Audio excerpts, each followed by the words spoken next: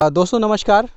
अभी हम लोग आचार्य नरेंद्र देव कृषि एवं प्रौद्योगिकी विश्वविद्यालय कुमारगंज अयोध्या द्वारा संचालित कृषि विज्ञान केंद्र बस्ती में स्थित हैं और आप यहाँ पे देख पा रहे होंगे हम लोग एक मूंगफली के खेत में हैं। दूर दूर तक मूंगफली के पौधे यहाँ पे दिख रहे होंगे आपको। और हमारे साथ इस सेशन में यहाँ पे वरिष्ठ scientist doctor RV. Singh sir हैं। तो आज हम लोग इस मूंगफली की प्रजाति के बारे में यहाँ पे जानेंगे, इन पौधों के बारे में जानेंगे, इसकी क्या खासियत है। और हमें ये भी पता चला कि काफ़ी उन्नत किस्म की प्रजातियाँ यहाँ पे जो है बोई जा रही हैं, जिससे किसानों को लाभान्वित करने की योजना को क्रियान्वित किया जा रहा है। तो आइए हम लोग स्वागत करते हैं डॉक्टर साहब का। सर आपका बहुत बहुत स्वागत है हमारे चैनल पे। धन्यवाद धर्मेंद्र जी। सर अभी हम लोग मूंगफली के खेत में हैं, काफ़ी दूर तक हरियाली हम लोगों को दिख रही है, काफ़ी पौधे भी हल्दी दिख रहे हैं। तो सर ये हम जानना चाहते हैं कि कौन सी मूंगफली की ये प्रजाति है और इसके क्या क्या फ़ायदे हैं। धर्मेंद्र जी, ये मूंगफली की बहुत ही लेटेस्ट प्रजाति है जो 2019 में अभी रिलीज हुई है और इसका नाम है नित्या हरिथा। अच्छा। जो हम लोगों ने मूंगफली अनुसंधान केंद्र तिरुपति से मंगवाया है अभी इस साल जी। और इसकी जो खासियत है कि इसके पौधों में फैलाव कम होता है, इसमें ब्रांचिंग कम होती है और इसमें जो फल बनता है मूंगफली का वो जड़ों में बनता है, मतलब डेंस नहीं होते, डेंस इसका नहीं होता है, इसलिए इसको घनी बुआई करनी पड़ती है और इसमें लाइन से लाइन की दूरी मात्र जो है 30 सेंटीमीटर ही रखा जाता है और पौधे से पौधे की दूरी जो है वो 4 से 6 इंच रखा जाता है। इसमें खास बात यह है कि यह प्रजाति रबी में और खरीफ में दोनों सत्र में बोई जाती है। अच्छा। अगर हम खरीफ में इसकी खेती करते हैं तो 20 से 22 कुंटल प्रति हेक्टेयर की पैदावार मिलती है जी। लेकिन जो रिपोर्ट है वो ये है कि अगर हम रबी में इसकी खेती करते हैं, मार्च अप्रैल में करते हैं, तो कुछ जगह पे इसको वहाँ के भाषा में रबी बोलते हैं, अपने यहाँ जायद की फसल बोली जाएगी जी। अगर हम उस सीजन में इसकी खेती करते हैं तो हमें लगभग 40 से 45 कुंटल तक प्रति हेक्टेयर की पैदावार, यानी रबी और जायद में अगर हम करते हैं तो जस्ट दूना खरीफ का पैदावार इसमें मिलता है। इसमें देख रहे होंगे कि बरसात इतनी हुई है लेकिन कहीं पे भी इसमें उकठा की समस्या नहीं आई है। तो इस प्रजाति की एक विशेषता यह भी दिख रही है कि इसमें बहुत बरसात होने के बावजूद भी उकठा नहीं आया है जी। और फैलाव कम होने की वजह से ये इसका निराई गुड़ाई में भी काफ़ी आसानी है जी। और किसी भी प्रकार की कोई रोग बीमारी अभी तक इसमें नहीं लगी है, जबकि ये जून में 19 जून को ये लगाया गया था और अभी ये 19 जून से अब तक की ये फसल है और ये 110 से 20 दिन में तैयार हो जाती है।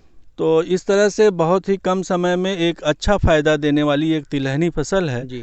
और पूर्वांचल के लिए अगर ये प्रजाति का इस साल हम लोग परिणाम देख रहे हैं, अगर अच्छा आता है तो ये हमारे जनपद के लिए नहीं, पूरे पूर्वांचल के लिए एक बहुत ही बड़ा योगदान होगा इसका तिलहन के उत्पादन को बढ़ाने में जी। तो भविष्य में हम लोग जो है इसका प्रयास कर रहे हैं कि इसके बीज को संकलित करके और आने वाले समय में और भी किसान भाइयों के बीच में इसको पहुंचाया जाए और जनपद बस्ती को पुनः एक बार मूंगफली का हब बनाने का प्रयास किया जाए।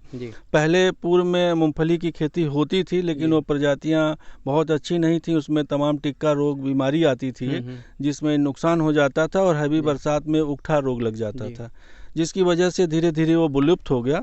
लेकिन इस वर्ष से हम लोगों ने अपने यहाँ तो किया ही है, जनपद के 15-16 किसान भाइयों के यहाँ भी ये थोड़ा थोड़ा एरिया में लगाया गया है और उनके यहाँ भी हम लोगों ने फील्ड विजिट किया है और बड़े ही अच्छे उत्साहजनक परिणाम अभी तक दिख रहे हैं और किसान भी इसको लेके काफ़ी उत्साहित हैं और जिन लोगों ने लगाया है वो रबी की भी तैयारी कर रहे हैं कि सर हम रबी में भी कुछ लगाएंगे। तो अब आने वाला भविष्य बताएगा कि इसका क्या होगा, लेकिन यह है कि अभी तक के जो परिणाम है वो बहुत ही अच्छे हैं। सर थोड़ा सा जानकारी हम किसान भाइयों को ये भी आपके माध्यम से देना चाहेंगे कि मूंगफली की खेती के लिए जलवायु का क्या महत्व है और वहाँ की मिट्टी कैसी होनी चाहिए। देखिए, मूंगफली की खेती करने के लिए बलुई दोमट या बलुई मटियार मिट्टी की ज़रूरत होती है।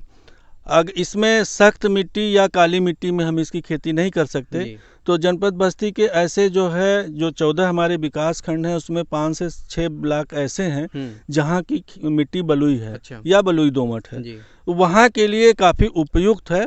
और दूसरा यह है कि इसको लो लैंड नहीं, थोड़ा सा अप लैंड चाहिए जहाँ पे पानी न लगता हो। खरीफ में अगर हम इसकी खेती कर रहे हैं तो पानी का जहाँ पे ठहराव नहीं होता होगा ऐसे जो खेत हैं वो इसके लिए काफ़ी उपयुक्त है। फर्टिलाइज़र का भी इसमें डोज बहुत कम लगता है। इसमें अगर हम नाइट्रोजन, फास्फोरस और पोटास की बात करें तो बहुत 20-30 और 30 के रेशियो में इसमें पड़ता है जी। और 4 से 5 किलोग्राम इसमें बोरान की आवश्यकता पड़ती है। इसके अलावा इसमें किसी तरह के किसी फर्टिलाइज़र की भी आवश्यकता नहीं पड़ती है। और एक बीमारी टिक्का डिजीज आती है, अगर वो आ जाती है तो उसके लिए हमें कुछ दवाओं का छिड़काव करना पड़ता है। अन्यथा अगर हम देखें तो इसमें कोई खर्चा नहीं है, सिर्फ इसमें 1 से 2 गुड़ाई करनी पड़ती है।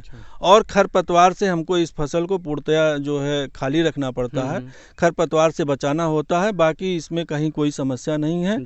और दूसरी जो बात आती है कि हम अगर किसी भी तरह की कोई भी खेती कर रहे हैं तो जो हमारा प्रोडक्ट निकल के आएगा उसको मार्केट कहाँ मिलेगी। लेकिन मूंगफली एक ऐसा प्रोडक्ट होगा अगर किसान के पास होता है तो उसको बेचने के लिए मार्केट में कहीं कोई समस्या नहीं है। बड़े आराम से ये 6,000 से लेकर के 10,000 रुपये कुंटल तक बिक जाती है। तो ये किसान भाइयों के लिए एक वरदान साबित होगा। और जो हमारे यहाँ तेल की या तिलहनी फसलों की जो समस्या है उसमें भी इससे निजात मिलेगा।